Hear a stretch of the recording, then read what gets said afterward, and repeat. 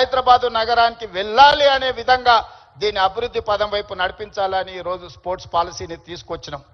అందుకే ఈరోజు మీరందరూ ఆలోచన చేయండి, మీరందరూ భాగస్వాములు కాండి. ఈ రాష్ట్రాన్ని బలంగా నిర్మించినప్పుడే దేశం బలపడుతుంది. దేశం బలపడ్డప్పుడే ప్రపంచ దేశాలతో పోటీ పడగలుగుతాం.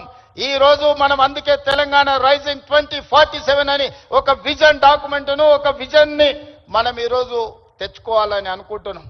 ఈ విజన్ లో భాగంగా క్రీడలలో రాణించడమే కాదు, ఆర్థికంగా బలపడాలి. 10 సంవత్సరాలలో $1 ట్రిలియన్ ఎకానమీకి రీచ్ అవ్వాలి. 22 సంవత్సరాలలో $3 ట్రిలియన్ ఎకానమీకి తెలంగాణ రాష్ట్రాన్ని ముందుకు తీసుకువెళ్ళాలి అని చెప్పి ఈ రోజు తెలంగాణ రైజింగ్ 2047 విజన్ డాక్యుమెంట్ ని మనం ప్రణాళిక చేసుకుంటున్నాం. అందుకే రాష్ట్ర ప్రభుత్వం అన్ని రకాలుగా తెలంగాణ రాష్ట్రంలో ఉండే యువతకు శిక్షణ ఇవ్వాలి, అవకాశాలు కల్పించాలి.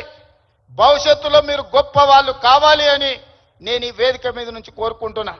మీకందరికీ తెలియాల్సింది, చరణ్ స్కూల్కి వెళ్ళేటప్పుడు నాకు తెలుసు, ఆ రోజు నేను అనుకున్న చరణ్ రాణించాలి అని. ఈ రోజు నేను గర్వంగా ఫీల్ అవుతున్నా. నా కళ్ళ ముందల్లే స్కూల్ నుంచి కాలేజ్ నుంచి రియల్ లైఫ్ నుంచి రియల్ స్టార్ లాగా ఫిల్మ్ ఇండస్ట్రీలో రాణించి ఈ రోజు RRR ద్వారా ఆస్కర్ అవార్డుని సాధించి దేశానికి ఒక గౌరవాన్ని తెచ్చిపెట్టింది. అది అంత ఆశామాసిగా వారు సాధించిన విజయం కాదు. చిరంజీవి గారి పేరుంటే మనందరం మన ఇళ్లలో జరిగే ఫంక్షన్లకు ఆహ్వానిస్తాం, కానీ ఆస్కార్ అవార్డు మనం ఇయ్యలేం. కష్టపడ్డాడు కాబట్టి, రాణించుండు కాబట్టి ఈరోజు ప్రపంచమే ఆస్కార్ అవార్డు ఇచ్చి ఒక యువమిత్రుణ్ణి గౌరవించింది. మరి దానికి కారణం కఠోరమైన దీక్ష, పట్టుదలతో ఆ రంగంలో రాణించడం. అందుకే మీ అందరికీ ఈరోజు సినిమాలలో వాళ్ళు పోషించే పాత్రలు కాదు, రియల్ వాళ్ళ లైఫ్ని ఆదర్శంగా తీసుకోండి. వాళ్ళు ఎంత కష్టపడితే ఇక్కడికి చేరుకొని ఉండొచ్చు. విజయ్, నేను అప్పుడప్పుడు చెప్తా ఉంటా మీకు అందరికీ, నల్లమల అడవులో నుంచి నేను ఇంత దూరం వచ్చా. ఒక ZPTC, MLC, MLA, MP, Congress president, ముఖ్యమంత్రి 16 సంవత్సరాలల్లా ఒక్కొక్క అడుగేసుకుంటూ 2016లో నేను మొదలుపెట్టిన ప్రయాణం 2023 తెలంగాణ రాష్ట్రానికి ముఖ్యమంత్రిగా ఈరోజు బాధ్యత చేపట్టిన. అదే నల్లమల అడవి నుంచి వచ్చిన వాడు విజయ్ దేవరకొండ.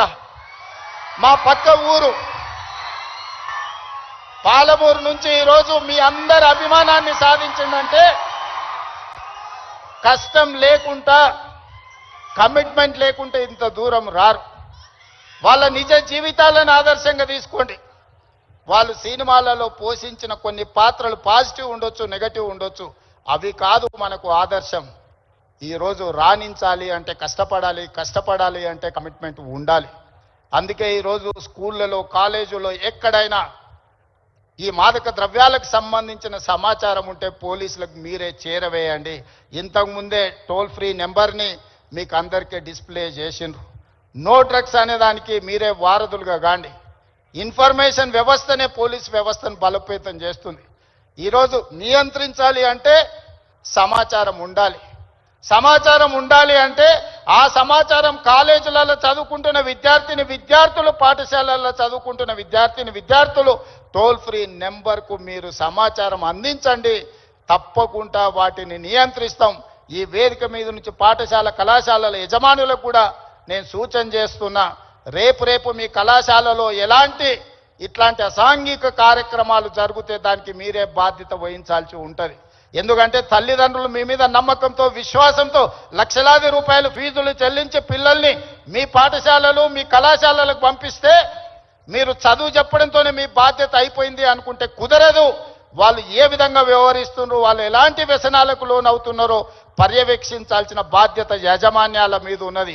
రాబోయే రోజుల్లో మా డీజీపీ, నా యాంటీ నార్కటిక్స్ అధికారులకు నేను ఆదేశాలు ఇస్తున్నా. ఏ కళాశాల, ఏ స్కూలు ప్రాంగణంలో ఎక్కడైనా గంజాయి, డ్రగ్స్ ఆనవాళ్లు దొరికితే యాజమాన్యాలను కూడా కేసుల్లో పెట్టండి. వాళ్ళ బాధ్యత. మనము నమ్మి మన పిల్లల్ని వాళ్ళ స్కూళ్ళకు, వాళ్ళ కాలేజీలకు పంపిస్తే లక్షలాది రూపాయల ఫీజులు కడితే వాళ్ళను పర్యవేక్షించకుండా, బాధ్యత తీసుకోకుండా ఫీజులు తీసుకుంటాం కానీ బాధ్యత తీసుకోము అంటే కుదరదు. ఖచ్చితంగా ఆ స్కూలు కాలేజీ యాజమాన్యాలు కూడా బాధ్యత తీసుకోవాలి. మీరు ఎట్లయితే సైన్స్ మ్యాథమెటిక్స్ ఇంగ్లీష్ చెప్పడానికి టీచర్లను పెట్టుకుంటున్నారో, మీరు ఎట్లయితే స్పోర్ట్స్ కోసం మీరు టీచర్స్ని రిక్రూట్ చేస్తున్నారో, పిల్లల బిహేవియరల్ చేంజెస్ కూడా గమనించడానికి చైల్డ్ సైకాలజీ అవగాహన ఉన్న వాళ్ళని కూడా ప్రొఫెషనల్స్ని మీ కాలేజీల్లో స్కూళ్ళల్లో పెట్టుకోండి. పిల్లల ప్రవర్తనలో మార్పు గమనించాలి. ఎందుకంటే తల్లిదండ్రులు ఉద్యోగము లేకపోతే ఉపాధి పనుల్లో పడి వాళ్ళు సమయం పిల్లలతో కేటాయించలేకపోతున్నారు. అందుకే majority time kids are spending in their schools. So అక్కడనే వాళ్ళని గమనించాలి.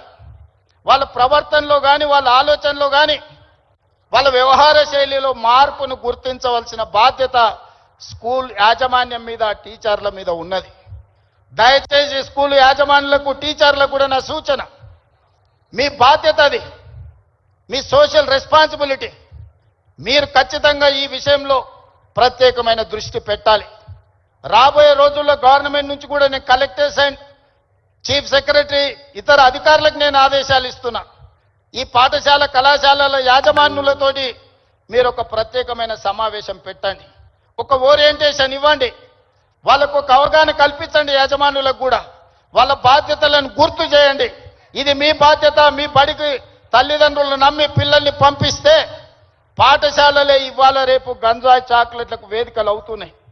విద్యార్థులకు నేను సూచన చేస్తున్నా, మీ స్కూల్ మీ కాలేజీల ముందర ఏవైతే కిరాణా కొట్లు ఉన్నాయో, కిరాణం కొట్టుల్లో చాక్లెట్లే కాదు గంజాయి చాక్లెట్లు అమ్మే సంస్కృతి స్లోగా తెలంగాణ రాష్ట్రంలో కనిపిస్తుంది. మీరు గమనించండి. అట్లాంటి వాతావరణం ఉంటే పోలీసులకు సమాచారాన్ని అందించండి. మనందరం అప్రమత్తంగా ఉన్నప్పుడే, మనందరం పోలీసింగ్ చేసినప్పుడే వీటిని నియంత్రించగలం. మనందరం మాకేం సంబంధం లేదు.